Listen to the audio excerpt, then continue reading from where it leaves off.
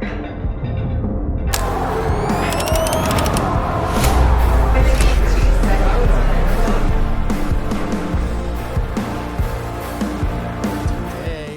we are introducing Coach Jordan Reichert. Jordan isn't brand new, so he's been here for how many months? You've been here now? 5 or 6 months. Okay, yeah. So we just haven't had a chance to have him on the podcast. He's usually has some personal training around this time, and I figured this would be a great time. Jordan just won the open for our gym and the guys, and is looking to make some waves in the next couple of them too. I like this workout, this next one for him. You're in a good training run. Nothing's bothering you too much body-wise? No, I feel pretty good, Yeah. especially going into this one. So Yeah, I think you're going to crush it. And so, I think we can get right into even like your current goal. Or so is semifinals your top end goal? Yeah, that's what I'm kind of focusing on for this year and next year too. For sure. Very cool. Yeah. And so this year, semifinals, they take the top 1 percentile? Yeah, top 1%. For the in-person semis, it'll be the top 30 in each region. Okay. Or at least in the East. Okay. Aware, so. And then just the top 1 percentile overall goes into like your online. Online and affiliate. Okay. Okay. And then we are even thinking about doing some team stuff too. We had a good start here. We were number 1 in the region in the open with the gym. Had a couple really, you put up a monster score for the guys, and then Caroline got like 3rd best in the world for the girls. She crushed it. Yeah. It's wild. After she ran 7 Yeah, miles, 7 right? miles. Yeah. That's so insane. Yeah. Yeah, she's a sleeper though. I mean, she hasn't done a lot of competitive CrossFit in the last few years, or even since she's been here. Yeah. She's done she did a comp with Brad and stuff, but she was pretty close to making the games individually a few years back. So she is like a elite. How old athlete. is she? She looks really young. I don't know, to be honest. Yeah. I'm not too sure. Yeah, she's a good athlete. We'd have her on next. Mm-hmm. Yeah, it would. It'd be cool. I think she's got a pretty cool story. I believe she's a DEA. So yeah, she's like the real deal, James Bond type. So I think going back, Jordan, if we could kind of take it all the way back, maybe give us like a little rundown of just like where you grew up, maybe sports you played, and kind of your background that led you up into finding CrossFit. Yeah. Grew up more so on the east side of Columbus, Pataskala, Reynoldsburg. That Right kind in of my area. backyard, Yeah. Grew up pretty much playing anything I could at the time. Soccer, basketball were the big ones. I did play football a couple years. Tried baseball, track, a little bit cross country. Tried just about everything. So soccer was the one though that I stuck with the most and put my most of my time into and everything. So played that one all through high school. And then in terms of CrossFit, my dad owns a chiropractic business, and right across the street from where he works, there was a CrossFit gym in Reynoldsburg. And got introduced to that one day and went in. First workout got introduced to was Karen. Ooh. So that was a fun one, the 150 wall balls for time. I actually did pretty well on it. I only broke it up once. Wow. That's insane. First CrossFit time, workout. yeah. But That shows you have a knack for it, because that is a wall ball, even with good athletes, has a weird way. If you haven't done it and you haven't experienced that pain, it breaks people. Like they're like, because you can keep going for a lot longer after it starts hurting. So it starts to really bother you, but you've then got, depending on who you are, 20 to 40 more reps in you. Right. So, maybe 100, It becomes a mental thing at that point. Yeah. It's only 20 pounds. You only broke it one time on your first time. The coach over there jokingly said, or because I asked like how I should do it and everything, he's like, "Oh, just going broken." And I was like, "Well, okay." But I broke it once. And how do you know how many you got on your first? It was over 80. Okay. I think it was closer to 85 or something. So wow. Yeah. It hurt really bad. Yeah, no doubt. I think I took the next week off and just didn't go back. But then came back the next week and tried it again. So How old were you? 17, or maybe I just turned 18. Yeah. So Okay, so yeah, your senior year of high school. Yeah. Yeah. And I was already planning on joining the military at that time too. So I think I already had a contract with the Navy at that time once I started going to the CrossFit gym. Did you sign when you were still in high school? I did, yeah. Yep. I think so. The fall of my senior year is when I approached the recruiters and went through that whole process and stuff. Wanted to go into the Navy because I wanted to be a Navy SEAL. That was the first dream. Go to BUDS, do all that hard training and stuff. There's just something about that, really hard training that kind of caught my eye and stuff early on. So I'm trying to think.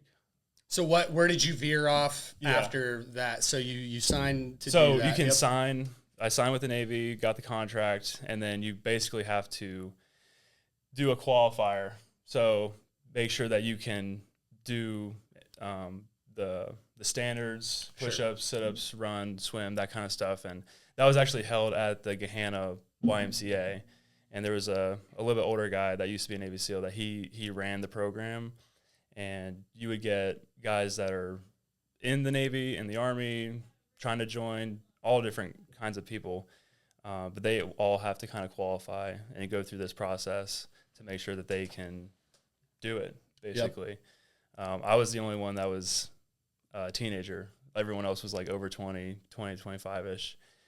So it was kind of daunting at first, but stuck with that for a while. I ended up getting hurt doing that because it was 3 hours every Monday and Friday. We got there like 7 a.m. and I had to miss the first part of school those days to go do that. Okay. And then would go to classes after that. So ended up getting hurt. I tore my meniscus for the third time doing a run or something. Okay. Something that we were doing.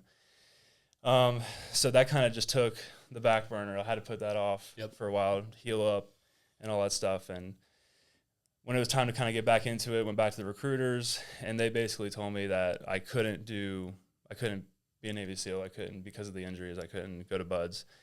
And just with the knee? Yeah, just from the injury. And that was my third knee surgery up until that point. I had 2 on my right, I think, and 1 on the left. So soccer players. Yeah. Soccer 2 times, basketball 1 time. So and then oh man, one of I the wouldn't times was think that training. So then once they told me I couldn't do it, I didn't really fight them on it. I was just like, oh, well, that's just how it is, I guess. So basically just went across the hall to the Army and asked them what I could do, and they were like, oh yeah, just come on in. Yeah, let's get the paperwork going. So told them kind of what I wanted to do, and they had like Ranger as an option because that's their like special operations part of that in the Army. But ended up going to MEPS, which is like where you get your screenings and run tests and all that different stuff before you join. They told me I was red-green colorblind, which I'm not, but they did tell me that. And so that prevented me from getting the Option 40 contract, which is Ranger. And that is included with that is airborne school.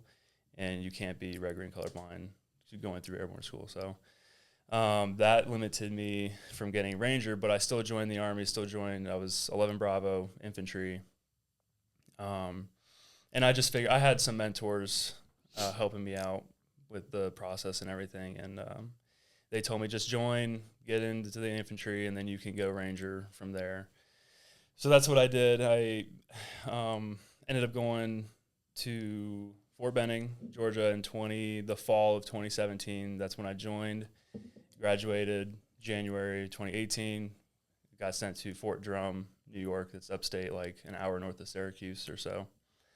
And I was there for 2.5, 3 years or so. I, during that time, did air assault school, went to Ranger school because I got there and told them what I wanted to do pretty much right away. And luckily I had a good leader, a good platoon sergeant that, wanted to help me with those goals and put me on the right track for that. So I went to Ranger school as a private, pretty young. That's not really heard of. Yep. So And that what that- is that was Ranger cool. School exactly? Yeah, so it's a 60-day leadership course, 62-day leadership course, 3 phases. In each phase, you kind of get a little bit bigger, a little bit broader with the teamwork. And it goes from like a squad level in that first phase, which is anywhere between 10 and 20 guys. Ranger School, the squad sizes are a little bit bigger just because of the amount of people that are trying to go through the school. And then the second and third phase, you focus more on like the platoon size, tactics, and mission sets and stuff like that. So that could be anywhere between 30 and 40 people. And you're just graded on your leadership. There's a few different leadership positions in each of those phases. The squad size level, you have the squad leader, team leaders are graded, and you just kind of run through those different positions and get graded.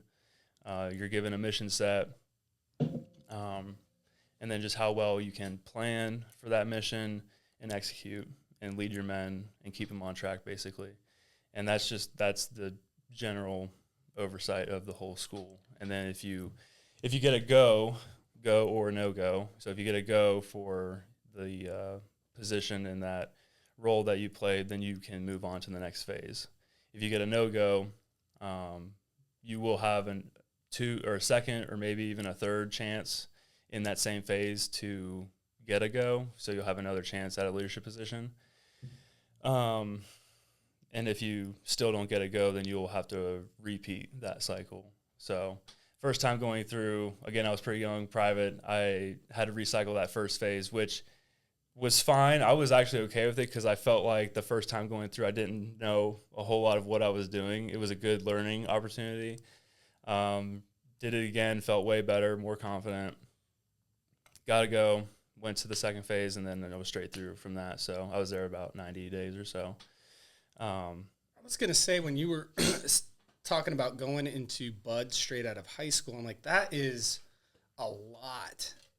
I've never heard of anyone doing that, like straight, like, an 18-year-old kid. I mean, I'm sure maybe some people do that, but that sounds like you're asking a lot out of, like, not just your body, but your mind. Yeah. And it might have been a bit of a blessing in disguise not for just sure kick you in the ass into that, No, straight out of school. Definitely looking back on it, I'm glad everything happened the way it Yeah. did. I'm sure if I went, it would have been a good experience. Who knows if I would have made it or not. But I definitely wasn't as mature early on like Sure. that. So I think that definitely could have been a good thing. I was just, as you were talking, thinking about, I'm like, man, going straight into that. Yeah.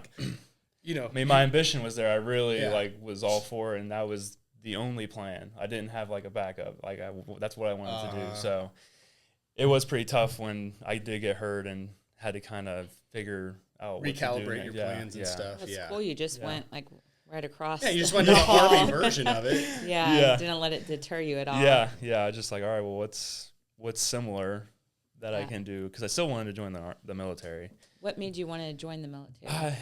I've always just had a draw to it, even from an earlier age. The movies, and I grew up around firearms and stuff, so like hunting and doing all that stuff. My grandfather taught me a lot with that, and a couple uncles. So, I just always had a draw to it, and thought that's what I wanted to do. So, Cool. Yeah. So you get out of Ranger School, and then where all did you deploy while you were enlisted? When I was at Fort Drum, I actually didn't deploy. Okay. I did a bunch of my training stuff there, and we did do a training rotation down in Louisiana. That's like every 2-ish years or so training. It's a big training event, usually that the whole your whole battalion or even brigade can go to, which is like thousands of people.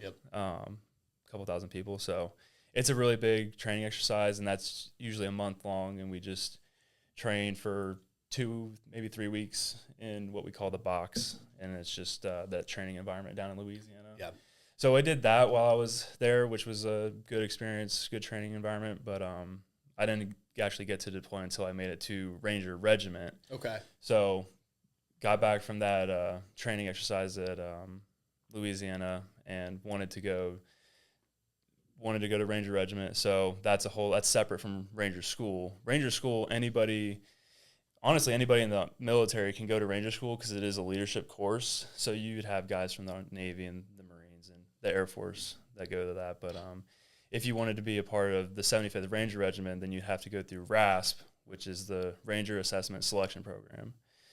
And that's a 8-week course, 2 phases, where they just test you physically and mentally to see if you can make it and be a part of Ranger Regiment when you graduate. So that first phase is mainly physical, just weeding out the weak, seeing who actually wants to be there, all that stuff. So, and then that second phase, if you make it to that, it's just like learning some Ranger Regiment tactics,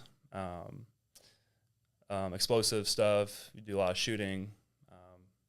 It's still physical too, but you start to transition and learn the job kind of. So, and then you graduate from that and you go to one of 3 battalions. I went to the 3rd Ranger Battalion, which is at Fort Benning, Georgia. So the RASP is also in Fort Benning. And so I just basically stayed there and went to 3rd Ranger Battalion. And that's where I spent from 2020 to last year, 2024, last February. So, and that's where I did some of my deployments. I ended up going to Syria, Qatar, and Africa, Djibouti, Africa. Okay. So, the 3 deployments there, and that was great experiences too. Yeah, I was gonna say, what was your favorite one? Syria was definitely my favorite one. Okay. Yeah, cool. That's where we got to do like our job. Okay. So that was fun, and it was good to see all the training like I've done leading up to that point kind of just come to fruition, like doing the job. At that point. So, because up until that point, it was just training, and then you just start saying like, why are we training? Like training so much. Doing a bunch of practicing for years while having a game. So much practice, and then finally it was like game time. So it was a good experience. Yeah. So every 4 years, do you get to decide whether you want to? It just depends on the contract that you sign. So initially, my initial contract was 3.5 years, and you take that first 6 months or so, that like half a year to train. That's like basic training. Your and then your specialty training. So mine was infantry. So then after basic training, you go to the specialized infantry training, which was only a few extra weeks. And then you go to your unit from there. So, it was like 3 years or so at Fort Drum, and once I made it through RASP and made the decision to go to regiment, then I re-signed another contract to go there, and that one was 4 years. Okay. Yeah. Could you have re-signed again? I could have, yeah. Okay. Yeah, Why'd you decide not to? Decided to get out, yeah. Yeah. Kind of just don't want to say I'd like burnt out with it, but physically and mentally it's very exhausting. It's very stressful, especially being in Ranger Regiment. Every day you go into work, you're fighting for your position, the job that you have. If you're a team leader, really competitive. Very, very competitive. Yeah. If you're a team leader, squad leader, even if you're a private and you're, carrying the machine gun, like there's always another privates or somebody else that is training and doing their job too to try to take that position or the next position up. So, is it like you're like a captain of a team? Is that what kind it's of like? Yeah, and there's levels to it. So, I'll start like the platoon level. Like I said, that's like 30-ish people, and the platoon has a platoon leader and a platoon sergeant. And those 2 guys are in charge of the platoon. One of them is an officer. The platoon leader is the officer, and the platoon sergeant is the senior enlisted member of that platoon. And then from there, it goes down to the squad leader, and there's usually 3 or 4 squads in each platoon. And the squad leaders are like that second most experienced person. They have the most experience and time in the Army. And then it just keeps going down. Team leaders are next. There's usually 2 teams in each squad. So team leaders are usually those sergeants. And they have a good amount of experience too, but they're starting to get in that lower enlisted ranking. And then privates, and they make up the teams, 4 or 5 privates or so in each team. So the team leaders are obviously responsible for each of their teams. Squad leaders are responsible for their squads and so on. So, and once you start getting to those higher positions, you're elected and put into those positions based off of your performance and stuff and track record. And so you have to keep performing and doing well to keep those positions. And that's kind of like a day-to-day thing. We start to adding up. If you have so many ticks, that are bad, then you can get kicked out or at least removed from that job. Just position. making poor decisions. Poor decisions, or not following the correct standard operating procedures, stuff like that. Yeah. So. Which is all probably really good to keep. It's very good. It's very good. Maintain that, like you said, at some point it's just so the stress psychologically exhausting. It is, to be like peak. Yeah. So you got out of that to compete in CrossFit all year long. That's all I'm thinking. Everyone's vying for the same position. Right? No. It's all year long.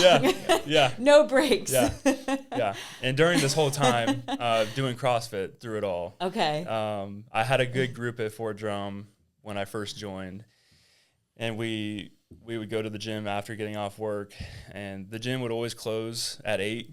We would be there until 8:30, closing it down, just messing around, handstands, muscle ups, snatches, all that kind of stuff. We were just having a fun time with it, not taking it too seriously, and it was just it was a fun time and a good group to hang out with. So we did have one friend too. He was a little bit older at the time, a little bit older than us, and he was an amateur weightlifter, and he did CrossFit quite a bit. He competed in Wadapalooza one year.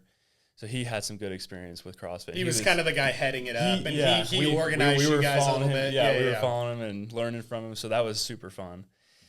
And then, just carried that through once I got to Georgia too, and I still had some good guys to work out with down there, but it wasn't as tight as that first group. And then kind of just learning all the skills, refining them through the years, and wasn't like on a deadline to, I need to get this, movement down by this time or whatever. It was just practicing when I wanted to. And 6-7 years later, it all came together and have just about everything now. Yeah, no, you had a heck of a base when you got here. I was just like, I figured you had competed for a long time just by the way you moved, and you're like, I did last year was like my first open, and first official open last year. Yeah. Oh, like you had me fooled. Like I just watching you in there, I'm like, watching you squat with 4 plates that are bouncing on the side. I'm like, this dude knows what he's doing. So, I can tell that you were putting in that work and gaining those skills that entire time. And then it was then when you had that, like, all the actual time to work on it, it all like kind of came together for you. It looks like, Now it's like refining. Yeah, refining and just getting faster with each one and building the muscular endurance, I would say. Yeah, so now you've got out, you start diving back into CrossFit. Like, so when you got out, when did you get out exactly? February 24th of last year. Okay. And when you got out, was it like, okay, now I want to try and look into pursuing CrossFit as like a sport, career, job, all of that? Was that kind of the thought process? Yeah, I would say so. Yeah. And it was like the last 2 or so years of being in the Army that I liked the idea of coaching too. Yeah. I had a few friends that wanted to learn the snatch or the clean, different stuff like that. And so I found myself ended up like teaching them and kind of bringing them with me to the gym and teaching them that stuff. And I remember the first time I was teaching my friend the snatch and wasn't getting it, and I gave him a cue. He got it and saw his eyes light up, and it made me so happy to see him get that. And that's kind of when I was like, maybe I can do coaching. Maybe I can start coaching. So that's kind of when it started, that idea of you've got a good knack for it, and you're patient. Where I have seen sometimes you're a very good athlete and you pick the things up very well and fast, and that can sometimes be detrimental to coaching. I remember Graham coaching me on a snatch. And be like, God damn it, Kate. You've got these huge legs. Just use them.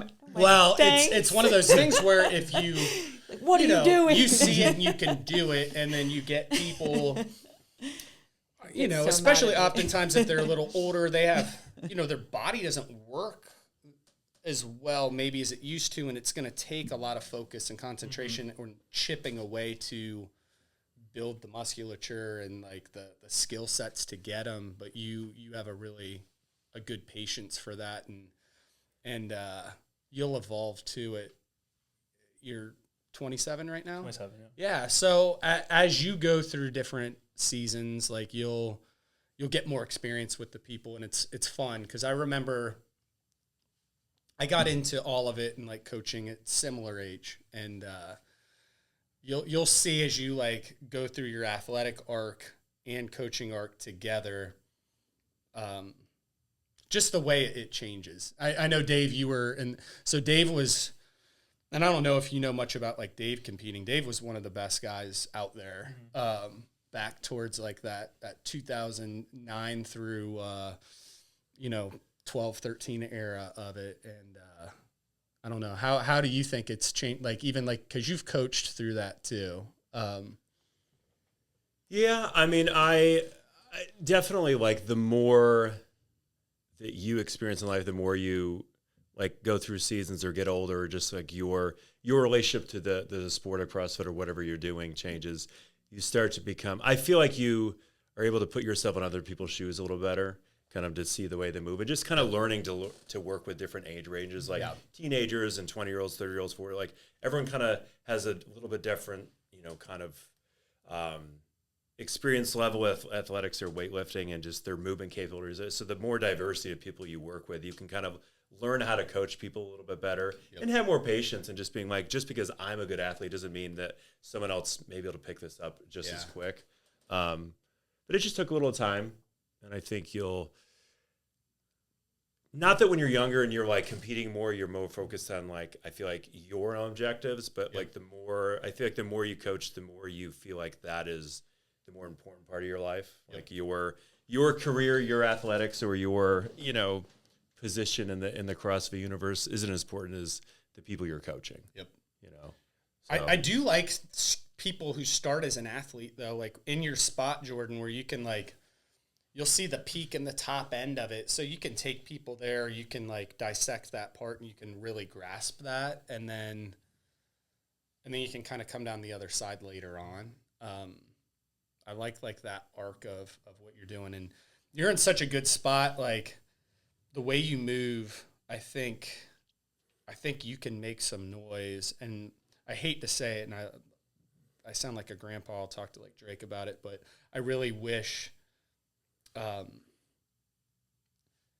just how well you are, like how good you are, that 10 years ago where this was at, it'd be fun to see you like running through it then, when we had all the regional and fun stuff like that. But I do think you can, you're right there where you can get to like that syndicate stuff, and like, I think it's going to be, and you're in the right spot with the right people right here. Yeah, I agree. With like that level 2 group and LC, and like you guys are like pushing each other super hard. And I'm really excited about kind of where this is going. I mean the training, like the higher level athletes, there's more of it was more of a free for all back in the day. Like there'd be, it's much more organized. It's much more well thought out. It's much more like there's seasons to your training. You've got training groups now. It's much more just organized and serious. And like, there's a, strategic focus to kind of quote unquote kind of peak at the game season versus just like kind of grinding it out year round.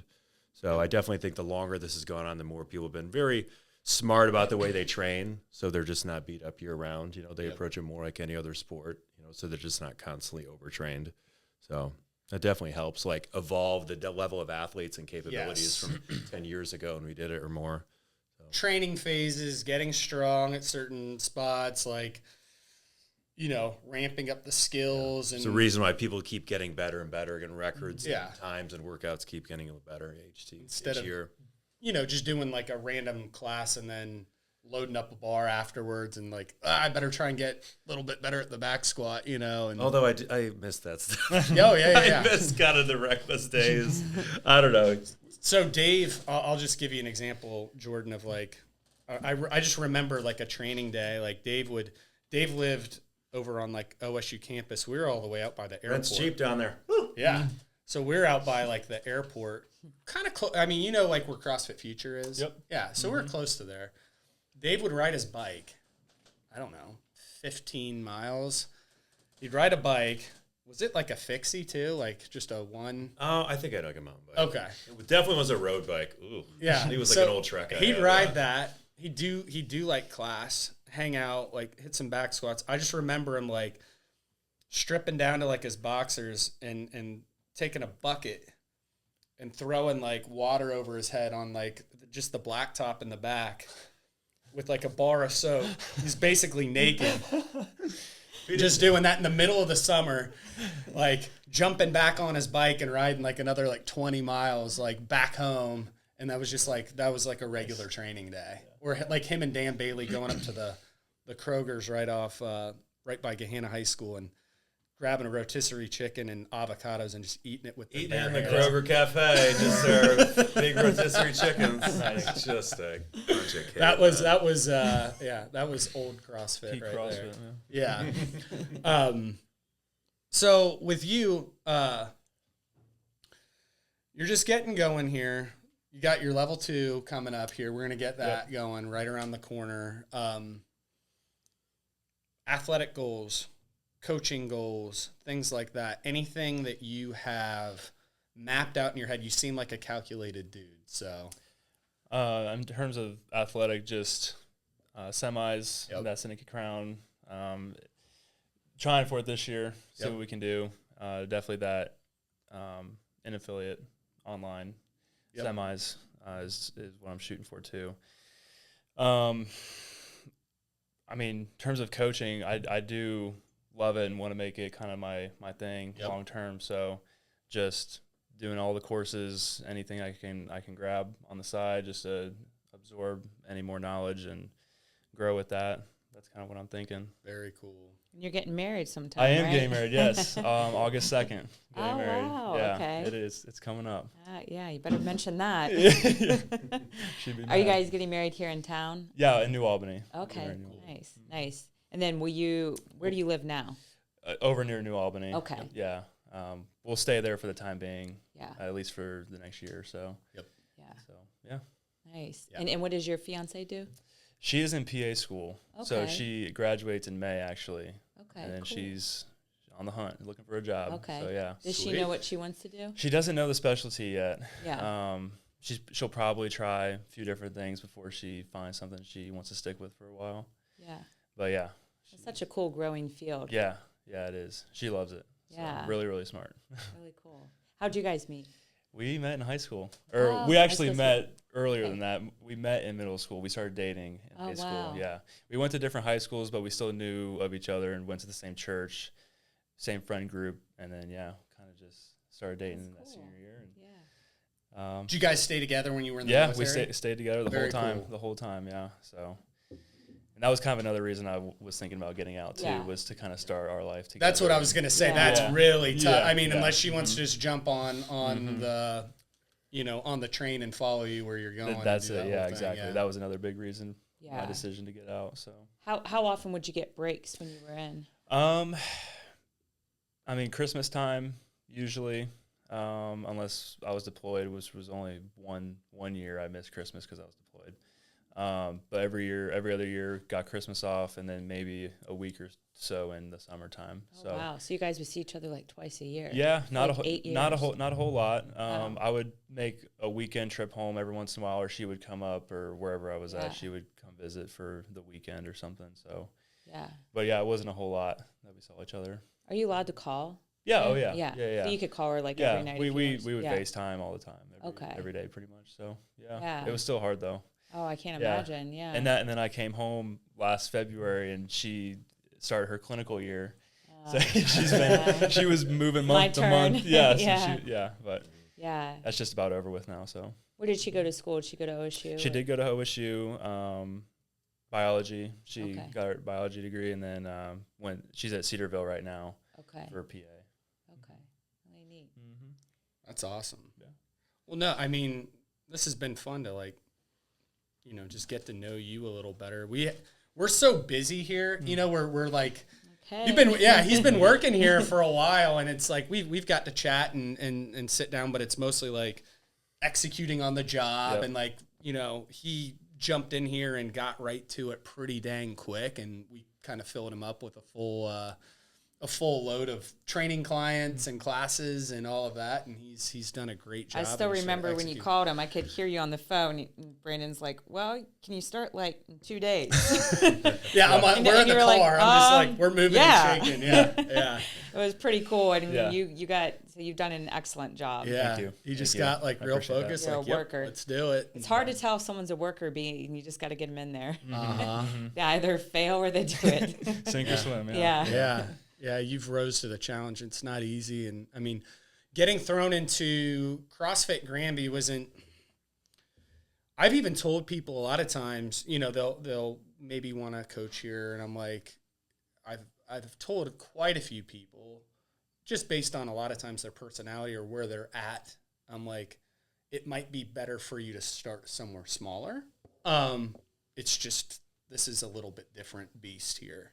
And but when I met you, I'm like, I thought you could step up and rise to the occasion and start executing, which you did right away. So it was really cool and how that worked out. And where you're like, hey, I'd like to maybe coach, and then it was like, here we go, we're going, we're full steam ahead. Mm-hmm. So no, man, we're really excited to see where this goes, and keep helping you grow as a coach and see how far we can take it athletically. And you're on your way, man. So, no, I appreciate you coming on and doing this. And, what's your goal for 25.2 time?